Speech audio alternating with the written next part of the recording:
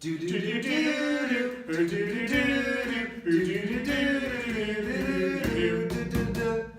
evening, ladies, gentlemen, and everything in between. I'm Jeff Clark. And I'm JJ Ullman, here with News Studio ASCI 112, reporting on your latest animal science news. Ba-ding! There is an ever-increasing divide in America, and that divide is over the disconnect of the average American and where their food comes from. Tonight we have a riveting set of stories from the field and the studio that will bring the problems of ag literacy into the light of day. Did you know that according to a survey done by undeniablydairy.org, 16 million Americans believe that chocolate milk comes from brown cows? Wait, it doesn't? Yeah, man. Damn. Did you also know that in 1990, over 20% of American school children in cities didn't know that hamburgers were made of beef? Speaking about beef, we have a story from our experts in the field. Take it away, Brittany and Marley. Do you have beef with the beef industry? With such high stakes in the portrayal of animal agriculture in today's media, it can be challenging to determine what is true, especially for those who are disconnected from the ag industry. Let's take stock of the situation. One of the hot topics in animal agriculture that has raised much debate is the use of antibiotics. With statistics having been manipulated by animal activists, the public may hold the belief that livestock are constantly on antibiotics. Well, that's just a bunch of bull. As expressed by the Cattlemen's Beef Board, antibiotics are only used when necessary to maintain an animal's health or when an animal is sick. Furthermore, they refute the idea that ranchers use antibiotics as a means of promoting growth. This is fairly uncommon, and the FDA works to prevent such actions. Have you ever heard that there are still antibiotics in the meat you purchase from the grocery store? Well, that is also false. The U.S. Food and Drug Administration strictly enforces a withdrawal period from antibiotics before an animal is slaughtered or other animal products are used. The food is also thoroughly inspected by the USDA's Food Safety and Inspection Services. This may be contrary to what the public has been told, so let's take a moment to let this ruminate. Today we are at the Cal Poly Dairy. Like many dairy producers, Cal Poly has a separate hospital barn to house any cows that may be on antibiotics. These cows are milked on a separate portable milking machine so that students can ensure that possibly contaminated milk does not get mixed in with the milk sold to consumers. With these common misunderstandings about the use of antibiotics in livestock, the agricultural industry has been working hard to educate the public who has become increasingly distant from production agriculture.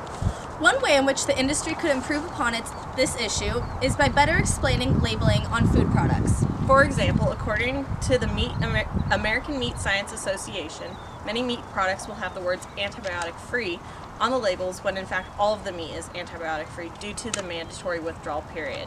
However, if the packaging says raised without antibiotics, then that animal was truly raised without the use of any antibiotics. People are increasingly wanting to know where their food comes from, and providing transparency on the purpose of antibiotics and the regulations regarding them could significantly impact public perception for the better. While we move on to our next location, let's join Sirloin and Charlie back in the studio. Well, you butchered that pun. It's Charlet. Don't have a cow. Do you not find them amusing? The world of agriculture is advocacy. This concept is all about advocating for the agricultural industry, as most people think it is a dying industry. Because people are so disconnected from agriculture, the industry is trying to combat these misconceptions through education. Bayer, a major company in the industry, has started a campaign asking others to become advocates by sharing your passion for agriculture with those who might not understand our industry and its practices. They have infographics people can share and steps to get others informed about agriculture. Schools are also involved in this trend. Penn State University has a club by the name of Agriculture Advocates with the goal of informing others on where their food comes from and the process it takes to get to their plate. Here at Cal Poly, we have our own group of advocates called the Cafe's Ambassadors. They lead tours on campus of ag facilities in efforts to educate the community on animal agriculture. The USDA is even jumping on the bandwagon with a publication called Know Your Farmer, Know Your Food. It has the goal of educating the public on where their food comes from and the work individuals put into creating these products. Efforts such as these are just a few of the ways in which we can bridge the gap between farmers and ranchers and the general public. Thanks, guys. Our next story for the night comes from our studio, welcoming our local expert on ag policy, Kit Clark.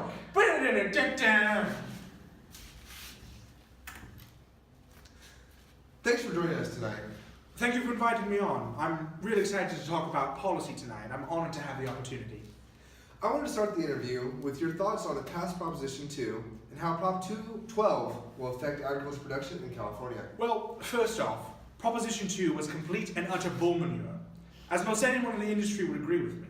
The main problem with Proposition 2 is that its only founding was based on pathos, with very few studies to back their claims and demands of us agriculturists.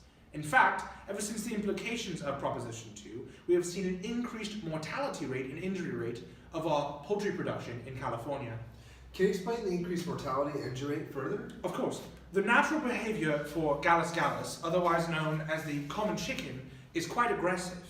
When given the opportunity with larger room, they will attempt to intimidate the others by fighting, ramming into things around them. The new cage-free system and larger cages allow the chickens to create more momentum and break their sternum and cut their epidermis, causing more infections to occur, and in some cases, possible death at greater rates of incidence compared to the behaviorally fit battery cages. The new regulations make free-range laying market massively larger than they were 10 years ago, and soon it will all be free-range with Prop 12 passing. Unfortunately, this destroys the conventional market in California and will drive up egg prices by around 80 cents a dozen. My goodness. So I'm hearing a lot of problems, but I'm not seeing any solutions. How can this be fixed?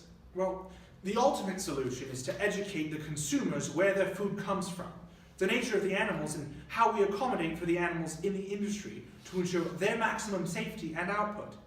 Maybe with the help of properly informed consumers, these good-intentioned, poor-executed laws will be repealed. Well, thank you for coming to our show tonight, and hope more people are flocking over to ag literacy. Thanks for having. I'll mulch you later.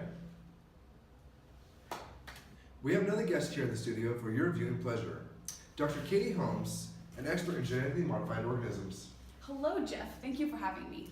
So what exactly are GMOs, and why does it relate to the topic of animal agriculture?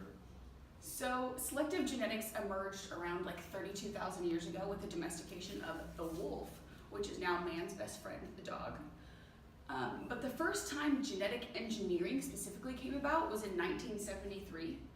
And unfortunately, not long after that, there was a moratorium placed on genetic engineering experiments. You know, there were some moral issues. But you know, today we have a little bit more education about it. And so now we're using it for things like disease resistance in livestock animals and crop yield increase for animal feed. Now, how do GMOs affect the consumer if they're used in the context of animals in their feed? That's a great question, Jeff. So in essence, consumers are concerned about consumption of animals that are genetically modified and then consumption of animals that consume what we call GM, also genetically modified, but feed.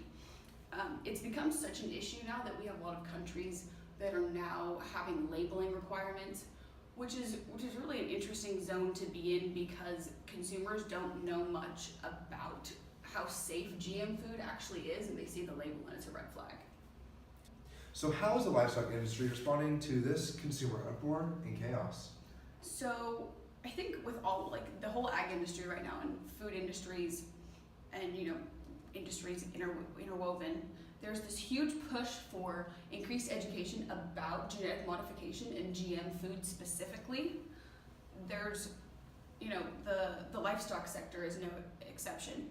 They're trying to basically educate consumers and kind of avoid the effects of like the fake news, if you will, that's coming out about this type of production. Would you and your fellow experts recommend education as a remedy for this problem? At this point, it's pretty much the only solution we have with, you know, the thousands of news outlets out there and, you know, this information that we're constantly being bombarded with as, you know, like information consumers on the internet. We're being fed all these, you know, different narratives. And it's just kind of like the superfood of the moment or the fad diet of the moment. You know, the information floating around about GMOs isn't necessarily the most accurate. Well, thank you for being here today, Dr. Katie Holmes. Your insight means a lot to us. Back to you, JJ. Thanks for tuning in. I'm Jeff Clark. And I'm JJ Allman. Stay classy, Call Volley.